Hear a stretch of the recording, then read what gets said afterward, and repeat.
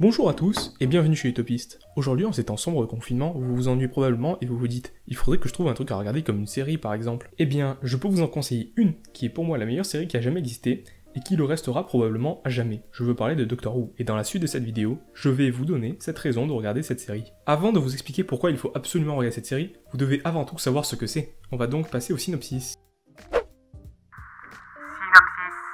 Doctor Who, c'est une série de science-fiction qui raconte l'histoire d'un alien à l'apparence humaine appelé le Docteur. Il voyage avec des humains que l'on appelle ses compagnons dans une cabine de police bleue, plus grande à l'intérieur qu'à l'extérieur, appelée le TARDIS. Le TARDIS permet entre autres de voyager à travers l'espace et le temps. Durant ces voyages, le Docteur s'emploie toujours à aider les gens en danger et à sauver l'univers, la Terre et ceci plusieurs fois dans le plus grand pacifisme. Et dernière info. Vu qu'il fait partie d'une espèce appelée les Seigneurs du Temps, le Docteur possède la capacité de se régénérer. Ainsi, lorsqu'il est sur le point de mourir, son corps se régénère et change d'apparence. Malgré cela, il reste le même. Ses traits de personnalité changent un peu, pouvant, selon les régénérations, le rendre bien plus sérieux ou plus cool, mais il n'en reste pas moins, le Docteur. Maintenant que je vous ai tout expliqué, on peut passer aux 7 raisons de regarder la série tout simplement. Et donc après ça, si vous souhaitez vous lancer à la série, je vais vous expliquer par où et comment commencer la série. Donc, assez parlé, on va pouvoir donc passer au vif du sujet. Première raison. Une des raisons principales de pourquoi cette série est tant géniale, c'est le Docteur. Tout d'abord, la première chose que l'on adore chez le Docteur, c'est son excentricité, son humour et son intelligence. En effet, dans les situations les plus dangereuses, il saura garder sa positivité. Doctor Who est une série qui repose une partie de son humour sur de l'humour absurde qui est juste excellent. Les situations dans lesquelles se retrouve notre Seigneur du Temps préféré et son attitude sont quelquefois décalées, ce qui donne un côté vraiment drôle. Son extravagance est un des points clés du personnage qui va créer son humour et qui permet de nous attacher au Docteur. Une autre de ses qualités est son intelligence et son pacifisme. En effet, il existe plein de séries de science-fiction qui se finissent par des batailles spatiales interminables, mais pas dans Doctor Who. Le Docteur n'utilise que son intelligence et son tournevis sonique pour résoudre tous les problèmes et combattre ses ennemis. Il est pacifique et fait tout pour résoudre un conflit sans que personne ne soit blessé. Notre protagoniste use donc du pouvoir des mots et je vous l'assure, il arrive à faire peur à des milliers d'armées à la seule évocation de son nom. Cela donc, sans jamais devoir utiliser la moindre arme de sa vie, comme le dit le Docteur. Sa croyance à la bonté fait qu'il essaie toujours de faire repentir ses ennemis et de les rendre bons, car il a une indéniable foi en l'univers. Et cela me permet de faire une transition pour dire pourquoi notre protagoniste est si génial. Le Docteur est toujours optimiste et n'abandonne jamais quand il y a des vies en jeu, il est prêt à mettre la sienne pour en sauver d'autres. C'est d'ailleurs une des promesses qui compose le nom qu'il a choisi, ne jamais être cruel, ne jamais abandonner, être un Docteur. Et justement, cela nous permet de passer à un autre aspect du Docteur, qui est le mystère qu'il renferme. Déjà, si vous comprenez un minimum l'anglais, vous savez qu'on ne connaît pas le nom du Docteur. Il s'est choisi ce nom pour aider les autres, mais son vrai nom est inconnu même aux téléspectateurs. Son mystère est aussi dû au peu d'informations qu'on connaît sur lui. On sait qu'il a une famille, mais on ne les a jamais vus. On ne sait même pas comment il s'appelle. La régénération est aussi un aspect intéressant car elle permet de justifier le changement d'acteur et de permettre à plein d'acteurs et d'actrices talentueux de pouvoir jouer le Docteur et nous proposer leur version. Cela permet de s'accrocher à une régénération en particulier. Hashtag 12e et 13e Docteur les bestes. Le dernier aspect que je souhaiterais présenter avant de passer à l'autre raison est la profondeur du personnage. En effet, le Docteur est optimiste mais a cependant beaucoup perdu de proches et vécu une guerre terrible et cela se voit notamment dans ses discours excellents contre la guerre, par exemple, et le fait qu'il soit immortel par rapport à ses amis humains qui ne le sont pas. Cette raison est terminée, mais avant de passer à la seconde, regardons quelques extraits sur les points présentés. So you okay then? Because this place, sometimes it can make people feel a bit, you know. I'm fine, fine. It's just, there's a whole world in here, just like you said. It's all true. I thought, well, I started to think that maybe you were just like a madman with a box. Amy Pond, there's something you better understand about me because it's important, and one day your life may depend on it. I am definitely a madman with a box. Haha, yeah. Goodbye, Nebworth. Hello, everything. Why are you doing this? Yes, I'd quite like to know that too. You set this up, why? Because it's not a game, Kate. This is a scale model of war. Every war ever fought right there in front of you. Because it's always the same. When you fire that first shot, no matter how right you feel, you have no idea who's going to die. You don't know whose children are going to scream and burn. How many hearts will be broken? How many lives shattered? How much blood will spill until everybody does what they were always going to have to do from the very beginning? Sit down and talk! I'm the doctor, and I save people. And if anyone happens to be listening, and you've got any kind of a problem with that, to hell with you! I'm so sick of losing. You didn't lose. You saved the town. I don't mean the war. I'll lose any war you like.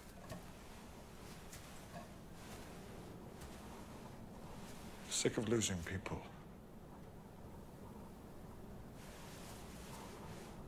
Look at you. With your eyes, you're never giving up. Your anger, your kindness. And one day, the memory of that will hurt so much that I won't be able to breathe, and I'll do what I always do. I'll get in my box and I'll run, and I'll run.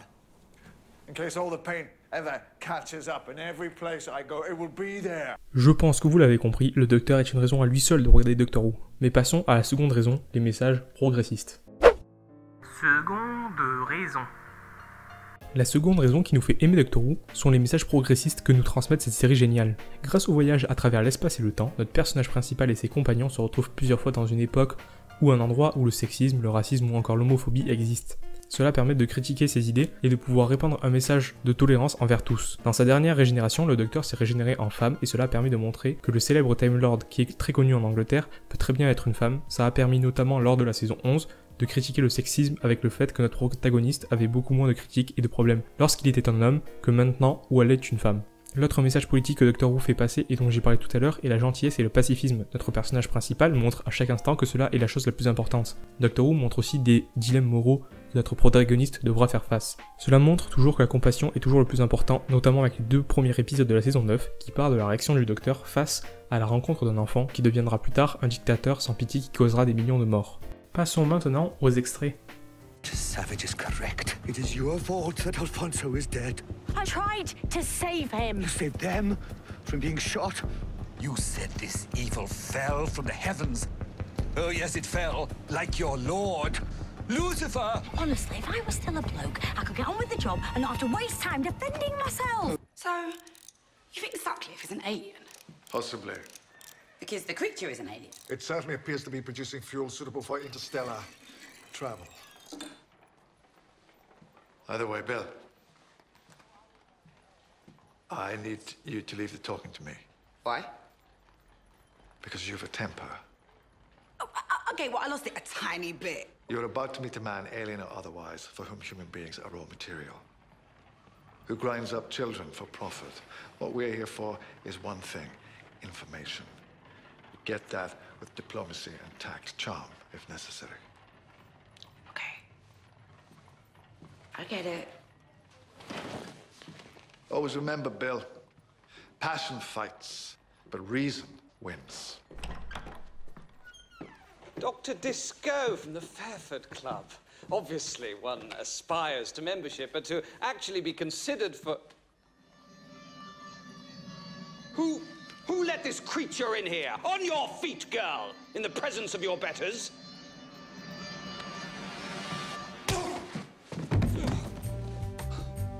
He's human. 31 years of age, low in iron. Yeah, that was pretty convincing racism for an extraterrestrial. My thoughts exactly.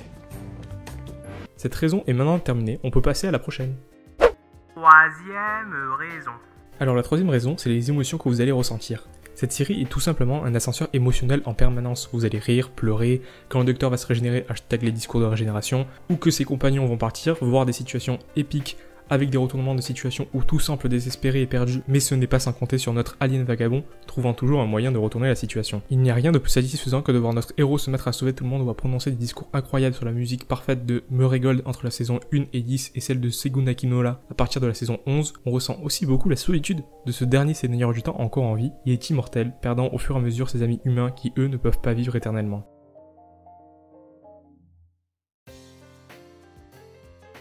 Is this world a threat?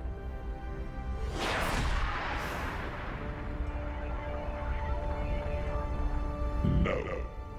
Are the people mortals of this world guilty of any crime by the laws of the Atraxi? No. Okay. One more, just one. Is this world protected? But you're not the first lot to have come here. Oh, there have been so many. And what you've got to ask is, what happened to them?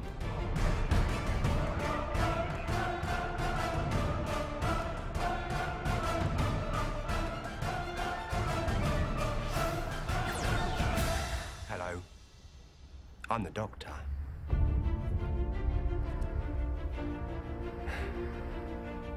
Basically, run.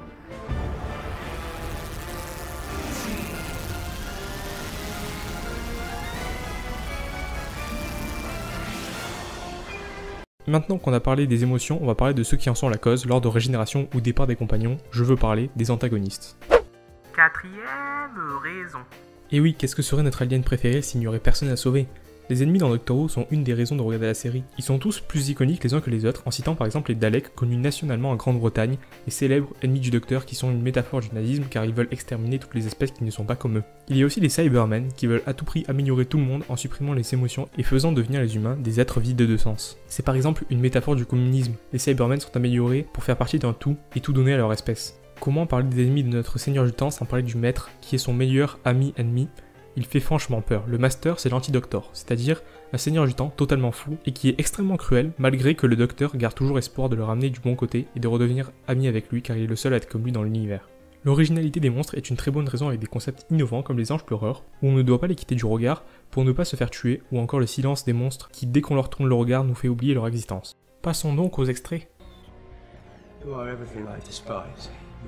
The worst thing in all creation. I've defeated you time and time again. I've defeated you. I sent you back into the void. I saved the whole of reality from you. I am the Doctor. And you are the Daleks. We had a pact. Me and him.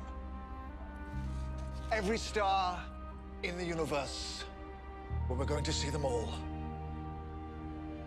But he was too busy burning them.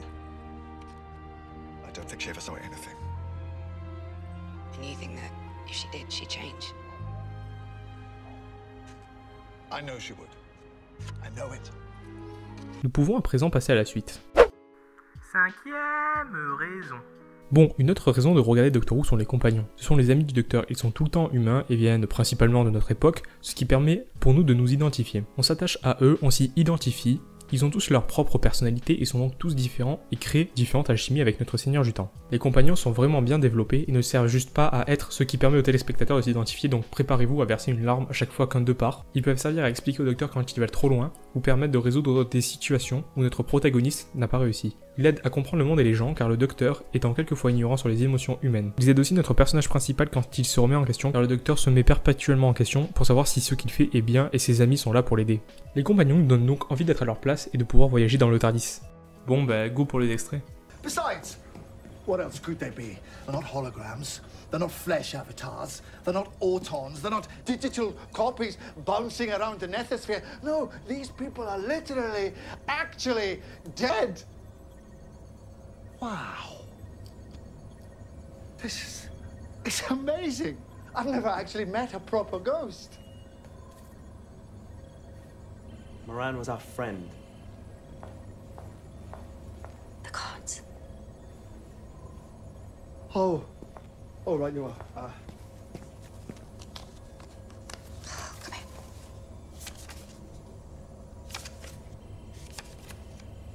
Come here.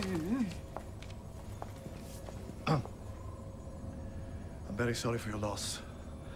I'll do all I can to solve the death of your friend / family member / pet.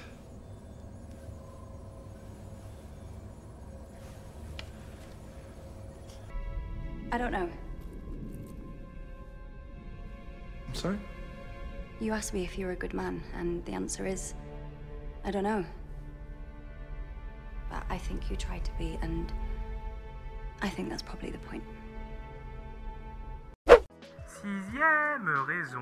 Vu qu'on a parlé des compagnons et du docteur, on va pouvoir parler de la vision de l'univers et du temps, du voyage dans le temps et de la manière dont il est fait usage. Déjà, Doctor Who, c'est une invitation au voyage. En disant ça, j'ai vraiment l'impression de passer mon bac de français, on va pas se mentir. Bref, je divague, continuons donc. Je disais quoi déjà moi? Ah oui, l'invitation au voyage, ce qui donne envie de regarder la série que je vous présente, c'est l'exploration. Cette série donne envie de voyager, de découvrir l'univers, et d'apprendre car en vagabondant dans le passé, le Docteur nous apprend la vie d'un personnage historique, le tout avec une intrigue de science-fiction. Et c'est ça qui est génial. Le fait de pouvoir aller n'importe où est aussi incroyable. Il y a des lieux tellement incroyables qu'on rêve de voyage. On découvre des cultures extraterrestres, leur histoire, leurs valeurs. Une chose aussi excellente dans Doctor Who est la vision optimiste de l'univers, c'est-à-dire que là où il y a de la vie, il y a de l'espoir.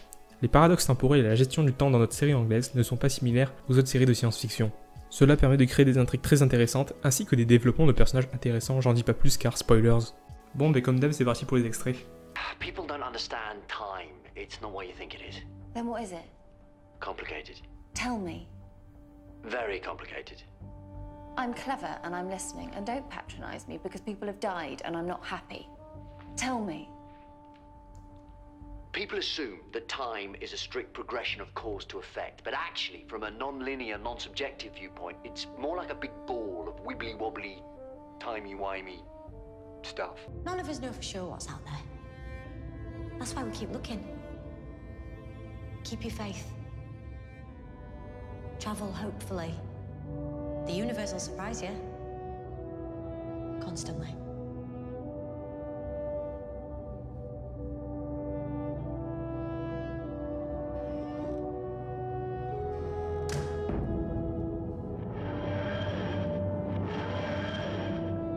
Et sur ce, passons à la dernière raison.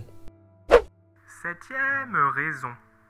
La dernière raison est l'univers de la série. En effet, la série a 57 ans. Attendez, par contre déjà on se calme. Je vais vous expliquer par où commencer juste après. Donc non, vous n'êtes pas obligé de regarder 57 ans de la série, je l'ai pas fait non plus. Bref, on va se ressaisir, en revenant à notre raison.